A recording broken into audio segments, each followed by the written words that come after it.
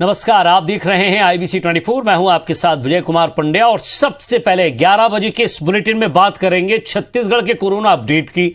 छत्तीसगढ़ में आज 4,888 कोरोना मरीज मिले हैं। तो छत्तीसगढ़ में पिछले 24 घंटे की अगर बात कर ली जाए तो 144 मरीजों की मौत हुई है। छत्तीसगढ़ में अब तक 9,12,477 संक्रमित मिल चुके हैं। वहीं छत्तीसगढ़ में अब तक 11,734 मरीजों की मौत हुई है। छत्तीसगढ़ में आज 10,144 मरीज डिस्चार्ज किए गए हैं। छत्तीसगढ़ में अब तक 7,97,150 मरीज ठीक भी हुए हैं। वहीं छत्तीसगढ़ में एक्टिव मरीजों की बात कर ली जाए तो ये संख्या 1,03,593 तक पहुंच गई है। यानी कि ये पॉजिटिविटी दर जरूर घट रही है।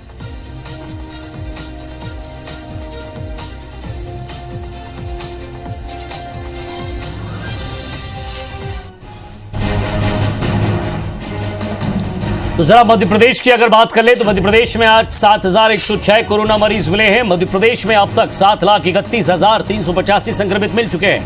मध्य प्रदेश में पिछले 24 घंटे में 79 मरीजों की मौत हुई है। मध्य प्रदेश में अब तक 6,992 मरीजों की मौत। मध्य प्रदेश में आज 12,345 मरीज डिस्चार्ज हुए हैं। मध्य प्रदेश में अब तक 6,29,741 मरीज ठीक हुए हैं। वहीं मध्य प्रदेश में एक्टिव मरीजों की अगर बात कर ली जाए तो ये 1 लाख से कम हो गए हैं, 94,652।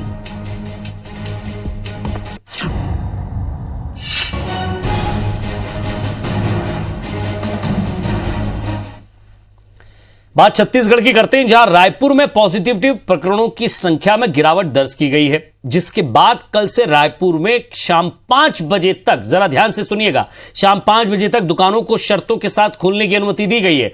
लेकिन अभी तक इसे लेकर स्पष्ट दिशा निर्देश जारी नहीं किया गया है, जिसके कारण सोमवार को लोगों में भ्रम की स्थिति पैदा हो सकती है।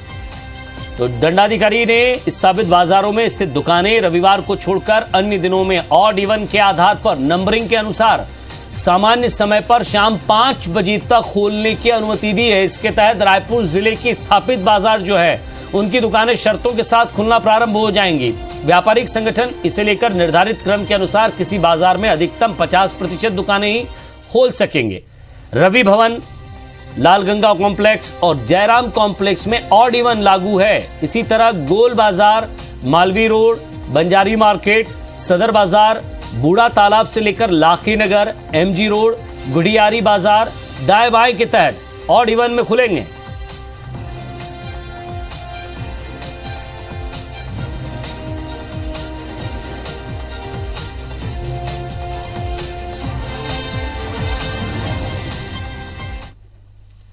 चलिए, ये तो बात बाजार की हुई, लेकिन टीका जिसका सबको इंतजार है 18+ को भी, तो CG टीका पोर्टल की तकनीकी दिक्कत अब दूर हो गई है। ये जरा सुन लें। चिप्स 24 घंटे CG टीका पोर्टल की निगरानी कर रहा है। चिप्स कंपनी के पास इसकी जिम्मेदारी और अब तक 3,46,594 लोगों का पंजीयन हो चुका है। पोर्टल से आज 1,62,641 लोगों का पंजीयन हुआ है। पोर्टल के लिए एक हेल्पलाइन नंबर जारी किया गया है। अगर आप पोर्टल नहीं खोल पा रहे हैं, कुछ समझ में नहीं आ रहा है, तो आप इस नंबर पर फोन करके जानकारी ले सकते हैं। फोन नंबर है 8269696499। जरा ये नंबर एक बार फिर से आप सुन लें, 8269696499। नंबर एक बार फिर से दोहरा रहा हूं, 8269696499। ये नंबर है हेल्पलाइन का। अगर कोई तकलीफ आती है आपको तो आप इस पर कॉल करके जानकारी ले सकते हैं। सौरभ सिंह परियार हमारे संवाददाता हमारे साथ।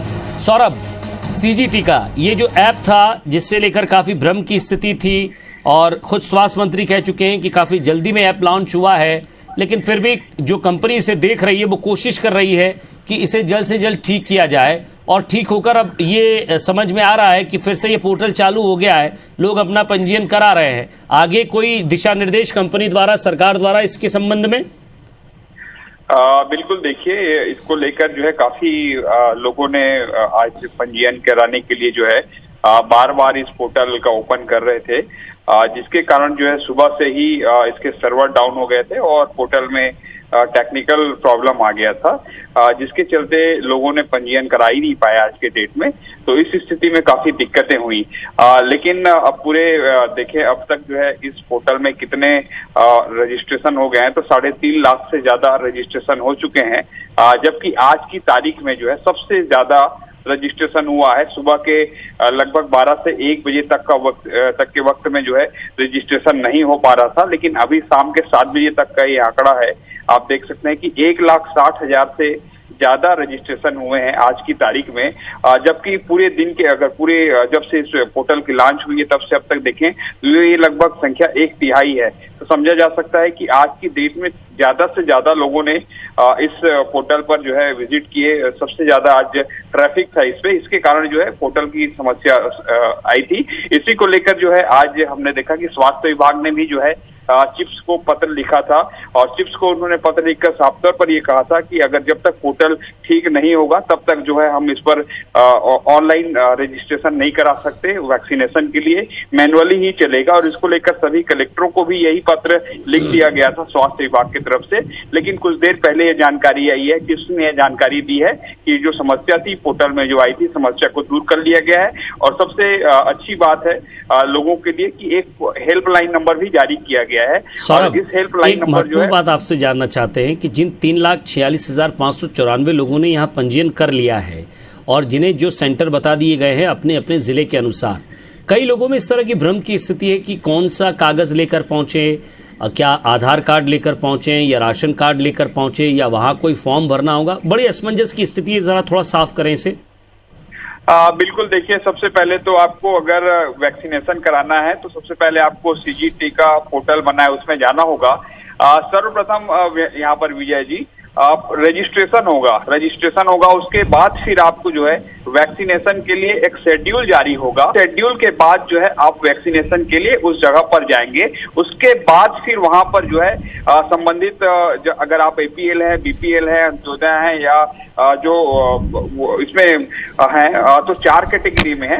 इन 4 कैटेगरी के अंतर्गत जो वैक्सीन जो है उस सेंटर में दी गई है उस सेंटर तक पहुंचेंगे, उसके बाद ही आपको वैक्सीनेशन लगेगा। ये भी काफी लंबा प्रोसेस है, लेकिन कहीं ना कहीं सबसे मुख्य जो वजह था पोर्टल लागू जो है बनाए जाने का कि भीड़ कम हो अर्थात लोगों को लाइन में ना लगना पड़े, अपने घर बैठकर ही वो कर सकते हैं। तो ये सुविधा लोगों को मिली है। कहीं ना कहीं जो समस्या आ रही थी उस समस्या के लिए हेल्पलाइन नंबर भी जारी कर दिया है, जो आप बता रहे थे हमारे दर्शकों को भी। शुक्रिया सौरभ इस खबर पर तफसील से बातचीत के लिए। तो लोग समझ गए होंगे, नंबर भी आपको दे दिया गया है और आप अगर इस खबर को विस्तार से एक बार फिर से जानना चाहते हैं तो आप हमारे पोर्टल पर जाकर या फिर वेबसाइट पर जाकर या फिर आप सोशल मीडिया की किसी भी प्लेटफॉर्म पर जाकर इस खबर को देख सकते हैं। अब रायपुर की बात करते हैं। IBC 24 की खबर का असर हुआ है।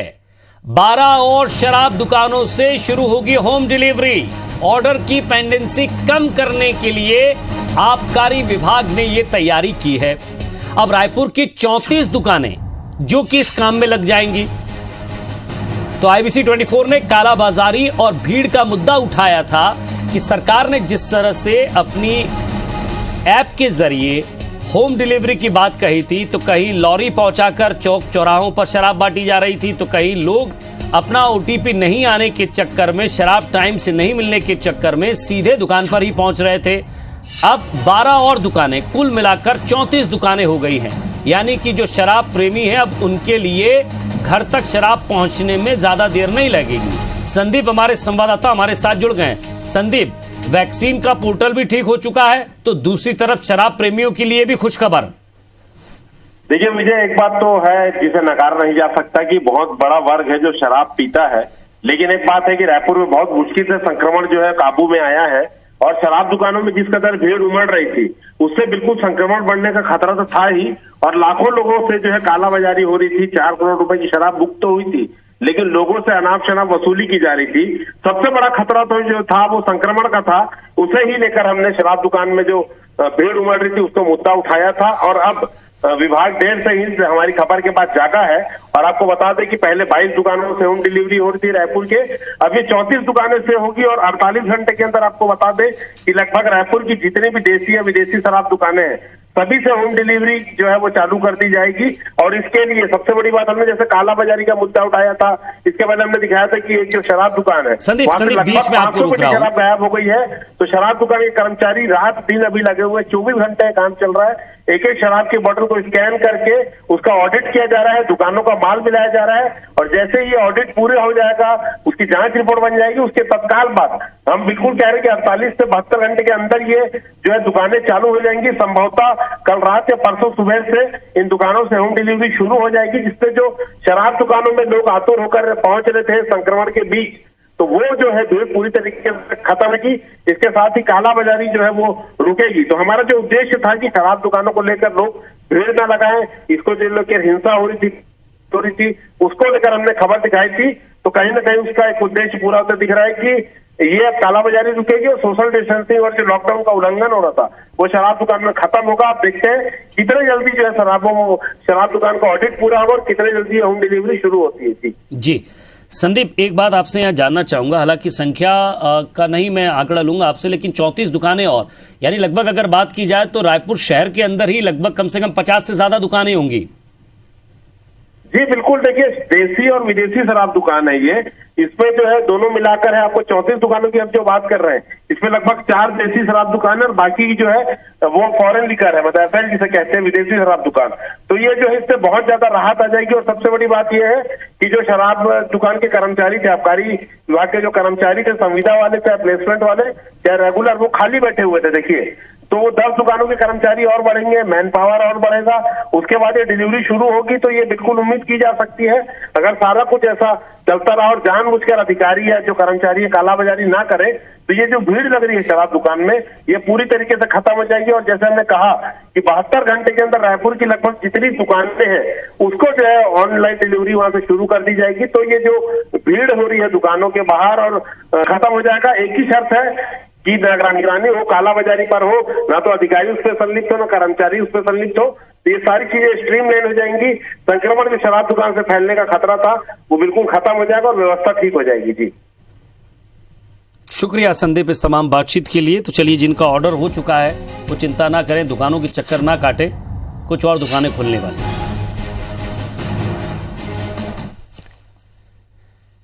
और इधर राष्ट्रीय स्वास्थ्य मिशन यानी कि एनएचएम के 19,000 संविदा स्वास्थ्य कर्मचारियों ने आंदोलन का ऐलान किया है। 17 मई से प्रदेश के 19,000 संविदा स्वास्थ्य कर्मचारी अपनी 2 मांगों को लेकर आंदोलन करेंगे। उनकी मांग है कि उन्हें नियमित कर्मचारियों के बराबर 90% वेतन दिया जाए, निष्कासित साथियों को सपोर्ट कर स्टाफ को एनएचएम में वापस लिया जाए। वहीं कलेक्टर और सीएमएचओ को सीएम के नाम ज्ञापन देंगे। 18 से 20 मई तक प्रदेश के संविदा स्वास्थ्य कर्मचारी काली पट्टी बांधकर विरोध दर्ज करेंगे।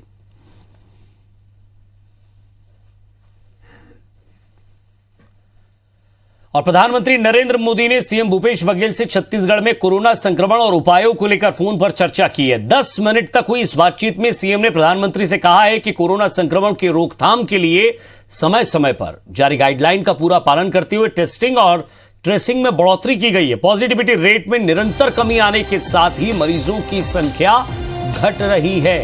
सीएम ने पीएम मोदी को बताया कि ग्रामीण क्षेत्रों में विशेष ध्यान दिया जा रहा है। साथ ही प्रदेश में सरकारी और निजी कोविड अस्पताल और केयर सेंटर से बेड की जानकारी को ऑनलाइन किया गया है ताकि कोई भी आसानी से इसका लाभ ले सके। मुख्यमंत्री ने राज्य में वैक्सीनेशन की कमी की और पीएम का ध्यान आकर्षित करते हुए पर्याप्त मात्रा में वैक्सीनेशन उपलब्ध कराने का अनुरोध किया है। साथ ही उन्होंने प्रधानमंत्री से अनुरोध भी किया है कि वर्तमान में ऑक्सीजन की पर्याप्त मात्रा उपलब्ध है, इसलिए 80% अस्पतालों को और 20% छोटे उद्योगों को उपलब्ध कराने की मंजूरी दी जाए ताकि ये उद्योग भी अपना काम प्रारंभ कर सके। पीएम मोदी ने दोनों मांगों पर विचार करने का आश्वासन दिया है।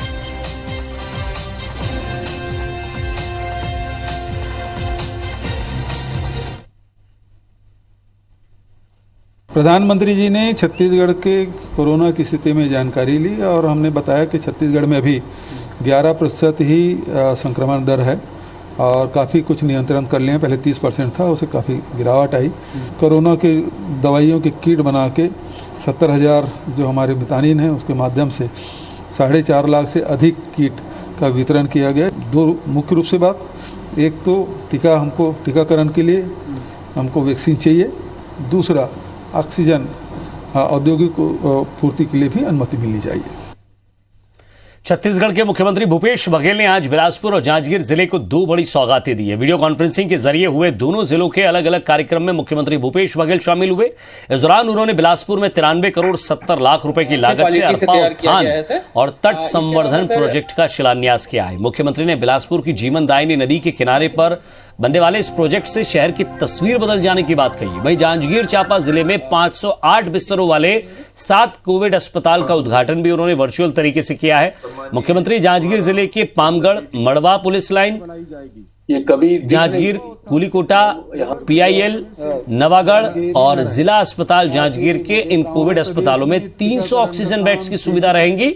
मुख्यमंत्री भूपेश बघेल ने कहा कि इस अस्पताल के बन जाने से मरीजों को बेहतर स्वास्थ्य सुविधा मिलेंगी। इसके अलावा सर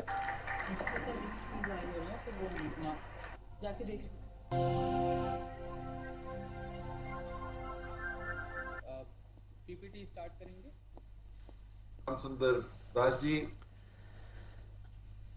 और इधर भाजपा प्रदेश प्रवक्ता अनुराग सिंह देव ने अंबिकापुर नगर निगम की सत्ताधारी दल कांग्रेस पर गंभीर आरोप लगाते हुए कहा है कि कांग्रेस ने वोट बैंक की राजनीति के लिए रोहिंग्या मुसलमानों को बसाने की तैयारी कर ली और इसके लिए कांग्रेस ने सामान्य सभा में प्रस्ताव भी पास किया है। अनुराग सिंह देव का आरोप है कि अंबिकापुर नगर निगम की कांग्रेस के सत्ताधारी दल ने 20 लोगों के लिए पिछड़ा वर्ग जाति और निवास प्रमाण पत्र बनाने का प्रस्ताव पास किया है, जिसमें 15 मुस्लिम वर्ग के हैं, जिनमें से 12 लोग जुलाहा जाति के हैं जो छत्तीसगढ़ में OBC वर्ग में आते हैं। भाजपा का आरोप है कि पहले भी इन लोगों ने निवास और जाति के लिए तहसीलदार के पास आवेदन किया था, मगर इनके पास कोई दस्तावेज नहीं थे, ऐसे में ये रोहिंग्या हो सकते हैं। अनुराग सिंह देव ने मामले की जांच की मांग के साथ दोषी पाए जाने पर कांग्रेसी नेताओं के खिलाफ कार्रवाई की मांग की है। अंबिकापुर नगर निगम अंतर्गत रोहिंग्या मुसलमानों को बसाने का की एक शिकायत प्राप्त हुई थी। कुल मिलाकर ये बहुत गंभीर मामला है कि इस प्रकार लोग यदि यहाँ बस रहे हैं और बसाए जा रहे हैं तो इसकी विधिवत जांच होनी चाहिए और ये गंभीर मामला है और ये न केवल एक राष्ट्रीय सुरक्षा से जुड़ा हुआ मुद्दा है बल्कि एक तरीके से इस क्षेत्र के शांति से भी जुड़ा हुआ मुद्दा है। मुख्यमंत्री कन्या विवाह योजना और रेडी टू ईट खाद्यान्न वितरण में भ्रष्टाचार का आरोप लगाते हुए महासमुंद के महिला बाल विकास विभाग अधिकारी सुधाकर बोदले धरने पर बैठ गए। करीब 30 लाख की गड़बड़ी का आरोप लगाने वाले विभाग के ऊपर इस अफसर के अपने ही घर के सामने धरने पर बैठने से महासमुंद से लेकर रायपुर तक हड़कंप मच गया।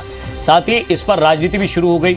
इस मुद्दे को लपकते हुए भाजपा ने राज्य सरकार को घेरा। पूर्व मुख्यमंत्री डॉक्टर रमन सिंह और नेता प्रतिपक्ष धर्मलाल कौशिक ने राहुल गांधी और PL पुनिया से ट्वीट कर पूछा है कि क्या आप सरकार के भ्रष्टाचार के खिलाफ न्याय दिलाएंगे।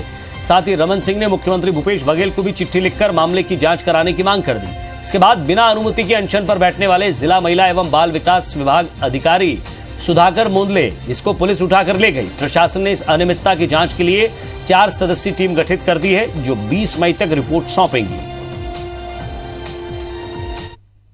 इसमें विभाग के खिलाफ वाली कोई बात नहीं है। जहां पर अनियमितता हुई है मेरे को उन अनियमितताओं को मेरे द्वारा उठाया गया है। क्या अनियमितता हुई आपसे जानना चाहेंगे? मुख्यमंत्री कन्या विवाह वर्ष 2020 और 2021 में जो सामग्री प्रदाय की गई है वो अत्यंत ही जो है वो गुणवत्ताहीन है।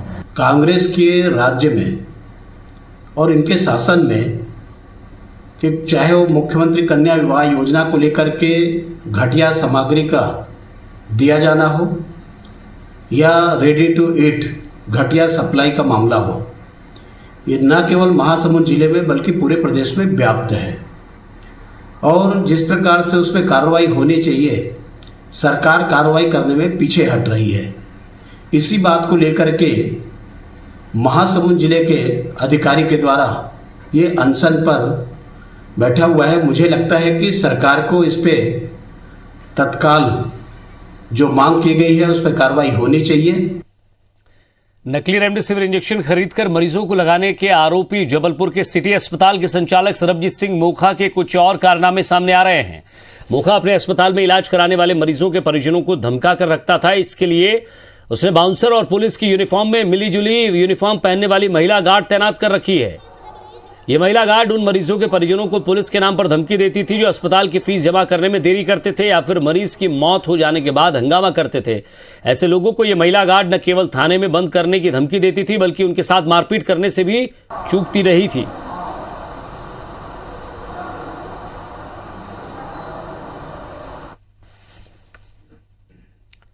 जबलपुर में मास्क नहीं पहनने पर रोके गए बीजेपी कार्यकर्ताओं की पुलिस से बदसलूकी के मामले में अब राजनीति गर्मा गई है।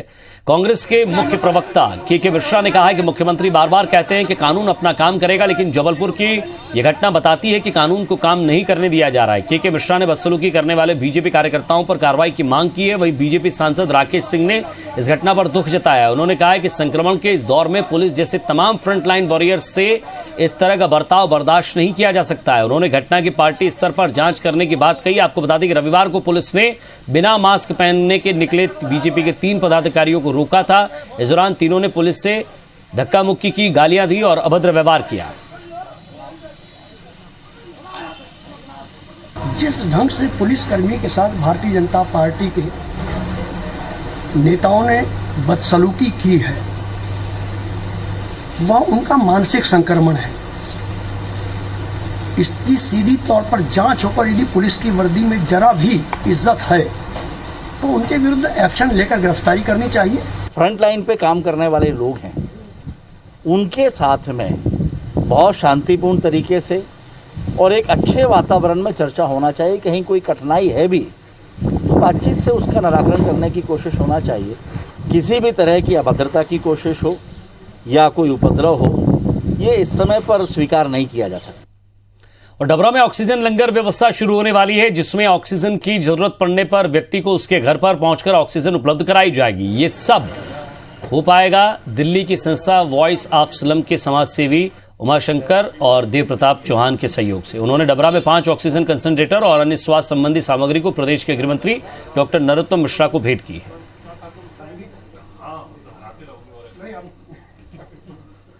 एक कोविड सेंटर पे भी कमलनाथ जी देखे क्या? किसी कोविड सेंटर पर राष्ट्रीय अध्यक्ष इनकी जो कमलनाथ जी इनके राष्ट्रीय अध्यक्ष दिखे? एक पे भी देश के अंदर जहां जहां इनकी सरकार है वहां क्या हो रहा है? हमारी सरकार की आलोचना करते हैं, जरा बताएं ना, राजस्थान में, छत्तीसगढ़ में, महाराष्ट्र में सबसे ज्यादा कोरोना था, वहां क्या हुआ और वहां क्या किया है आपकी पार्टी ने? मैं सभी से आग्रह करूंगा कि डबरा की आवश्यकता है, समाज सेवी संगठन आए और आगे आकर के हमारे डबरा को सहयोग। गोयल ग्रुप अपने सामाजिक दायित्वों का निर्वहन करते हुए कोविड-19 के इस दौर में कांकेर जिला प्रशासन का हर कदम सहयोग कर रहा है। आज गोयल ग्रुप के श्री बजरंग आयरन और माइंस प्रबंधन ने 25 ऑक्सीमीटर भानु प्रतापपुर प्राथमिक स्वास्थ्य केंद्र को दिए हैं। आपको बता दें कि होम आइसोलेशन में रह रहे लोगों के लिए ये ऑक्सीमीटर जीवन रक्षा यंत्र के रूप में सहयोगी साबित हो रहे हैं। गोयल ग्रुप ने जिला प्रशासन को अब तक 7 ऑक्सीजन कंसंट्रेटर, 150 ऑक्सीजन सिलेंडर और 3 वेंटिलेटर प्रदान किए हैं, जो कोविड के मरीजों के उपचार में बहुत कारगर सिद्ध हो रहे हैं। खंड चिकित्सा अधिकारी डॉक्टर अखिलेश ध्रुव भानु प्रतापपुर ने गोयल ग्रुप के सहयोग को सराहनीय कदम बताया है।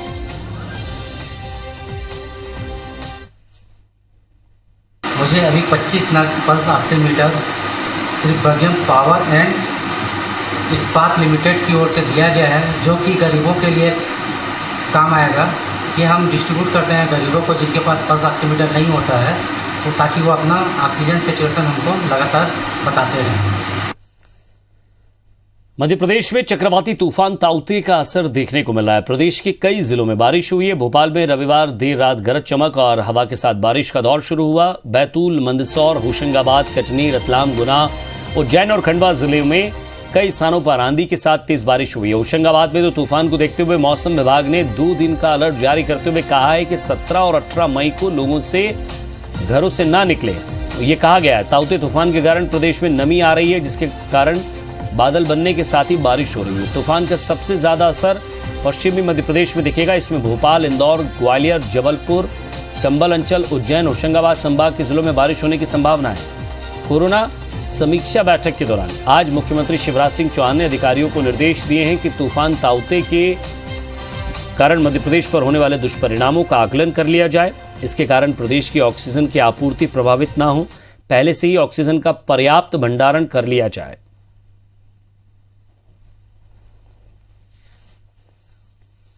और इसी के साथ फिलहाल इस बुलेटिन में इतना ही। नमस्कार।